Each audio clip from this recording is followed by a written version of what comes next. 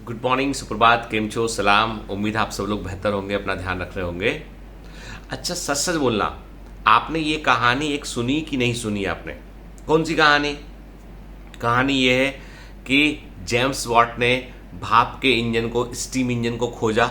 उन्होंने एक केतली में से निकलती हुई भाप को देखा और उसके बाद उन्होंने स्टीम इंजन को डिस्कवर किया। ये कहानी आपने सुनी या नहीं सुनी, बताइए। कि जेम्स वॉट ने स्टीम इंजन को खोज निकाला और उन्होंने एक केतली से जो केतली में पानी उबल रहा था उससे निकलती हुई भाप को देखा और स्टीम इंजन को उन्होंने खोज लिया।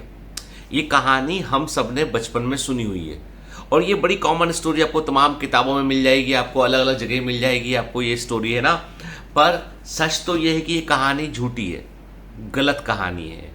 आप बोलोगे सर बचपन में सुनी कहानी, कभी कभी आपने भी बताई क्लास में कुछ कुछ जगह पर ये कहानी।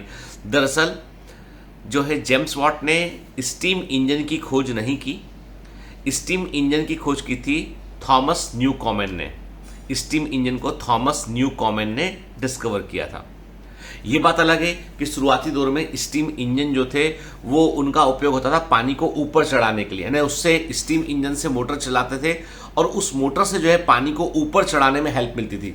मतलब शुरुआती जो स्टीम इंजन थे वो इतने एफिशिएंट नहीं थे कि उससे हम ऑटोमोबाइल को या ऑटोमोटिव को चला सके हम, ठीक है।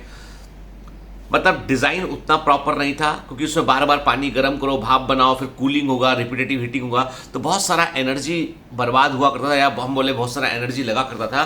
तो न्यू कॉमन ने स्टीम इंजन तो बनाया, लेकिन वो स्टीम इंजन उतना इफिशियंट नहीं था कि उससे हम रेलवे चला सके हम या बड़ी मोटर्स को चला सके हम, उतना इफिशियंट नहीं था वो। और उस समय स्टीम इंजन सबसे एक समझ लीजिए कि जो मैकेनिकल इंजीनियरिंग के जो लोग थे उनके लिए एक बड़ा इंटरेस्ट का विषय था कि भाई स्टीम इंजन में और क्या पॉसिबिलिटी है। जो जेम्स वॉट है वो बेसिकली वो एक स्कॉटिश इन्वेंटर थे, वो ठीक है। जेम्स वॉट एक स्कॉटिश इन्वेंटर थे और इन्होंने मैकेनिकल इंजीनियरिंग किया और इनको केमिस्ट्री में बहुत इंटरेस्ट था। दरअसल कर जरूर इंजीनियरिंग रहे थे, फिजिक्स और मैथमेटिक्स इनके सब्जेक्ट थे, पर इनको केमिस्ट्री में भी बहुत इंटरेस्ट था। तो इन्होंने क्या किया, इन्होंने जब मैकेनिकल इंजीनियरिंग के दौरान इनको जो प्रोजेक्ट मिला वो प्रोजेक्ट था स्टीम इंजन पे काम करने का। तो इन्होंने स्टीम इंजन का फॉल्ट पहचाना। इन्होंने पहचाना कि स्टीम इंजन जो है बहुत सारी एनर्जी को वो बर्बाद कर रहा है। मतलब एनर्जी को वो जब हीट करते हो, भाप बनता है, उससे टरबाइन ऊपर आता है, उसके बाद वो प्रेशर कम होता है, वो नीचे आता है और दोबारा फिर हीट होना पड़ता है उसको, फिर दोबारा भाप बनती है, ऊपर आता है। उनका बोलना था कि कंसिस्टेंसी का अभाव है इसमें, कि पहले भाप बना, पिस्टन को धकाया, पिस्टन ऊपर गया, फिर वो प्रेशर कम हो गया, नीचे आ गया वो, फिर नीचे फिर पानी गर्म होगा, फिर से भाप बनेगा। तो वो जो टाइम गैप था वो प्रॉब्लमेटिक था। तो इन्होंने बहुत सोचा और इन्होंने एक कंडेंसर मैकेनिज्म को उन्होंने अपनाया। अब ये कंडेंसर मैकेनिज्म क्या होती है, अब ये सब डिटेल में नहीं जाएंगे, टेक्निकल डिटेल में। इन्होंने एक स्पेशल टाइप का उन्होंने जो है स्टीम इंजन तैयार किया। ऐसा स्टीम इंजन तैयार किया जिसमें कि स्टीम एक तरफ लगातार पानी उबलता रहे, भाप बनती रहे और वो भाप जो है वो एक सिस्टम से जो है वो दूसरे कंडेंसर वाले पार्ट तक पहुंचे, वहां से इकट्ठा होकर कांस्टेंट चलता रहे। मतलब एक तरफ पानी उबलना और भाप का बनना लगातार चलता रहे और उसी भाप का एक हिस्सा लगातार पिस्टन को धकाता रहे, ठीक है। इससे क्या होगा, इससे बार बार रेपिटेटिव कूलिंग और हीटिंग नहीं होगी। पहले क्या था, पहले पूरा भाप बनने के बाद एक बार धक्का लग गया, अब रुक गया, फिर भाप बनेगी, फिर धक्का लगेगा, फिर रुक जाएगा। इन्होंने क्या किया, इन्होंने वो रुकने वाला फेज गायब कर दिया, धक्का लगता रहे लगातार, पिस्टन लगातार चलता रहे। तो इन्होंने वो तरीका अपनाया और इससे स्टीम इंजन की इफिशियंसी बढ़ गई। कहते हैं कि चूंकि इनका केमिस्ट्री में बहुत इंटरेस्ट था तो लॉज ऑफ थर्मोडायनामिक्स को बहुत अच्छे से समझते थे ये। तो इन्होंने वही सिद्धांतों का इस्तेमाल किया ऑलमोस्ट, और इन्होंने क्या किया, इन्होंने जो है वो एक ऐसा स्टीम इंजन तैयार कर लिया जो पहले की तुलना में कई गुना अधिक इफिशिएंट था, पावरफुल था वो। और इन्होंने जो है इनसे पूछा किसी ने कि कितना पावरफुल है तुम्हारा ये स्टीम इंजन, तो इन्होंने कहा एक घोड़े की ताकत के बराबर है ये, it is having the power of a horse. वहीं से हॉर्स पावर वर्ड आया।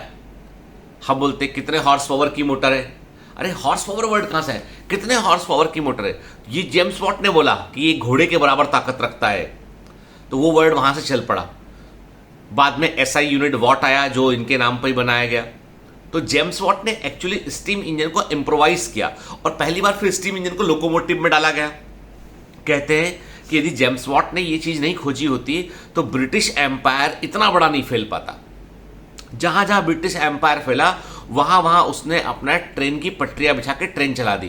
कहते हैं 1857 की जो क्रांति, जो फर्स्ट इंडिपेंडेंस वॉर जो इंडिया का कहा जाता है 1857, उस क्रांति के फेल होने का कारण बड़ा ये था कि अंग्रेजों के पास में रेल थी। वही सैनिक एक जगह पर जो है वो किसी विद्रोह को दबाएंगे, ट्रेन में बैठेंगे, 2 दिन में दूसरी जगह पहुंच जाएंगे, वहां का विद्रोह दबा देंगे। तो उन्हीं सैनिकों से इन्होंने जो है पूरे इंडिया में घुमा लिया उन्होंने। तो कहने का मतलब ये है कि, और अंग्रेजों के पास चूंकि ट्रेन थी तो बड़ा सारा हथियार डाल के उस पर कहीं से भी कहीं भेज देंगे वो लोग, जो इंडियंस के पास था नहीं, इंडियन राजाओं के पास था ही नहीं वो चीज। तो वो टेक्नोलॉजी थी ट्रेन की, उसने ब्रिटिश एम्पायर को फैलने में बहुत हेल्प किया। कहते हैं एक जमाने में कि ब्रिटिश एम्पायर में कभी सूर्य अस्त नहीं होता था, इतना बड़ा ब्रिटिश साम्राज्य था। तो उस ब्रिटिश साम्राज्य को बनाने में रेलवे का बहुत बड़ा कंट्रीब्यूशन रहा, और रेलवे के अंदर जो इंजन डालने में सबसे बड़ा कंट्रीब्यूशन जेम्स वॉट करा। हालांकि जेम्स वॉट के पास बहुत पैसे नहीं थे, उन्होंने स्टीम इंजन खोज चुके थे, पेटेंट करा चुके थे, लेकिन उसके बाद इनको एक बिजनेसमैन, इनके मित्र का साथ मिला और इन्होंने अपनी इंडस्ट्री बनाई और ये बहुत अमीर आदमी बन गए जेम्स वॉट, जिन्होंने अब इंटरेस्टिंग बात यह है कि अच्छा ठीक है, थॉमस न्यूकॉमन ने जो है वो स्टीम इंजन को खोजा, तो मतलब अब जेम्स वॉट ने कुछ ओरिजिनली खोजा। अब जेम्स वॉट ने जो ओरिजिनली खोजा उसके बारे में कहानी नहीं सुनी हमने आज तक।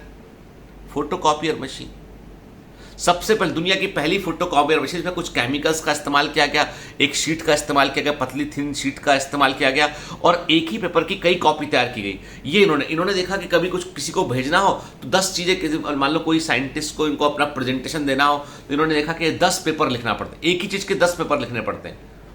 आप एक बार एक को लिखो, अगली बार सेम चीज दूसरे को लिखो, तीसरी बार सेम चीज दूसरे को लिखो। तो फोटोकॉपियर पहले था ही नहीं, पहले एक ही तरीका था, या तो आप हाथ से खुद ही 10 कॉपी लिखें या ऐसे आर्टिस्ट को बिठा लें और उनको दे दें एक मास्टर कॉपी, भैया ये लिख लो, इसके 15 कॉपी बना दो, तो वो बैठ के लिखते रहेंगे सेम टू सेम, है ना। ये तरीका था। तो इन्होंने फोटोकॉपियर मशीन खोजी। अब बताओ, इसके बारे में सुना ही नहीं हमने। हम तो था वो केतली के चलते जेम्स वॉट को जान रहे थे। तो इन्होंने वो जो पहले केमिकल बेस्ड जो है, जो पहली copier machine, first copier machine जिससे कि हम एक ही पेपर के मल्टीपल प्रिंट निकाल सकें, वो इन्होंने तैयार की। और ये बहुत बड़ा इन्वेंशन था ये। इसको बाद में फिर अलग अलग कंपनीज ने पेटेंट को लिया, इम्प्रोवाइज किया, बहुत चीजें हुई घटी। अब प्रश्न ये उठता है कि ये इतनी झूठी कहानी इतनी पॉपुलर कैसे हो गई है कि केतली में से निकलती हुई भाप को देखा। तो इसके पीछे 2 बड़े कारण थे। जेम्स वॉट के जो बेटे थे, जेम्स वॉट जूनियर, उन्होंने अपने बेटे को दादाजी की कहानी सुनाई कि दादाजी ने कैसे स्टीम इंजन खोजा।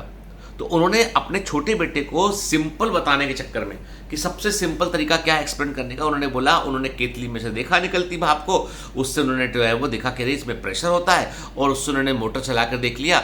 उन्होंने जैसे तुम जब जो है तुम्हारे पास में वो है ना कागज की बनी हुई वो चरखी होती, तुम दौड़ते हो तो घूमती गोल गोल, ऐसे उन्होंने उसके सामने रखा। तो उन्होंने वो बताया बेटे को, और बेटे को करके भी दिखाया उन्होंने। किसके बारे में कहानी बता रहे थे? जेम्स वॉट के बेटे अपने बेटे को कहानी बता रहे थे, और वो उनका जो बेटा था उसने उस कहानी को कई जगह बताया। तो उस कहानी के चलते ये पूरे दुनिया में बात फैल गई, स्कूल के टीचर्स में, यहां वहां, और ये कहानी छपने लगी तो पब्लिक तक पहुंच गई कहानी है। ये बात जरूर सच है कि जेम्स वॉट को जब भी भाप के प्रयोग करने पड़ते थे इंजन के बारे में, तो उन्होंने एक छोटा सा प्रोटोटाइप बना रखा था जिसमें वो सारे प्रयोग करके देखते थे। और वो वहां पर वो इलेक्ट्रिक, वहां पर वो जो इलेक्ट्रिक नहीं, मैं बोलूँगा कैटल, जो स्टीम कैटल, जो पानी उबालने वाली कैटल जो होती है, वो इलेक्ट्रिक केटल नहीं बोलेंगे, इलेक्ट्रिक केटल मैंने वर्ड यूज किया तो उसको ठीक कर लीजिएगा। कैटल, नॉर्मल केटल जो होती है ना, केतली, उस केतली का उन्होंने इस्तेमाल किया। और इसीलिए चूंकि वो केतली उनके बेटे के दिमाग में थी कि पापा हमेशा केतली रखते थे अपनी लेबोरेटरी के अंदर, अपने एक्सपेरिमेंट जहाँ पे करते थे अपनी प्रयोगशाला लैब के अंदर, हमेशा केतली मिलती थी देखने के लिए, उसमें कुछ उबलता रहता था, तो शायद उसी से उन्होंने खोज निकाला वो चीज़। ऐसे कहानी फैली सब जगह है ना। जब आप किसी साइंटिस्ट के बारे में बहुत डिटेल में जानते हैं तो बहुत नई नई बातें मालूम चलती है आपको इनके बारे में ना। तो कहने का मतलब ये है कि जेम्स वॉट ने जो है वो एक बड़ा भारी आविष्कार किया। आज भी स्टीम इंजन जो है वो, अब आप बोलोगे सर आज किस काम आता है, तो जो तुम्हारे थर्मल पावर प्लांट है जिससे तुम बिजली ले पाते हो ना, वहाँ पर भी स्टीम का कॉन्सेप्ट ही काम करता है कि वही थर्मल पावर प्लांट में हम जो है वो फॉसिल फ्यूल को जलाते हैं और जलाकर जो है हम जो है वो टरबाइन चलाते हैं, उससे बिजली पैदा होती है। मजे की बात यह है कि भारत जैसे देश में जहाँ पर सरकार जो है ईवी को बहुत जोर दे रही है कि इलेक्ट्रिक व्हीकल होना चाहिए सड़कों पर, ये होना चाहिए, फॉसिल फ्यूल कम होना चाहिए, बहुत अच्छी बात है। लेकिन बिजली पैदा करने के लिए थर्मल पावर प्लांट हमें कम करने पड़ेंगे। यदि आप बिजली पैदा करने के लिए और थर्मल पावर प्लांट लगा रहे हो आप, तो आप वही कोयला जला रहे हो, बड़ी मात्रा में जला रहे हो फॉसिल फ्यूल को, और उससे ईवी चला रहे हो आप। पर्पस सॉल्व नहीं हो पाएगा, ठीक है। पर्पस सॉल्व कब होगा? जब ईवी के लिए बिजली ऐसे सोर्सेस से आएगी, सोलर से। हमारे इंडिया में खूब सोलर एनर्जी है, लेकिन उसका दोहन हम नहीं कर पाते। जो आपका बायोमेंटर्स का जो कमांड सेंटर बन रहा है, उस कमांड सेंटर में हम लोगों ने बिजली के लिए जो है वो सोलर पैनल बहुत सारे ऊपर छत पे लगवा रहे हैं, ठीक है। हम उस बिजली को सरकार को देंगे, जो डिफरेंस आएगा, मान लो हमने बिजली ज़्यादा लिया तो हमको जो है वो उस डिफरेंस का हम कहीं हमें पे करना पड़ेगा, बाकी गवर्नमेंट को बिजली हम दे पाएंगे, ठीक है। तो ऐसा हम सोलर पैनल पूरा छत लगवा रहे हैं उसके ऊपर, ताकि सस्टेनेबल चीज़ों पर हम काम कर सकें।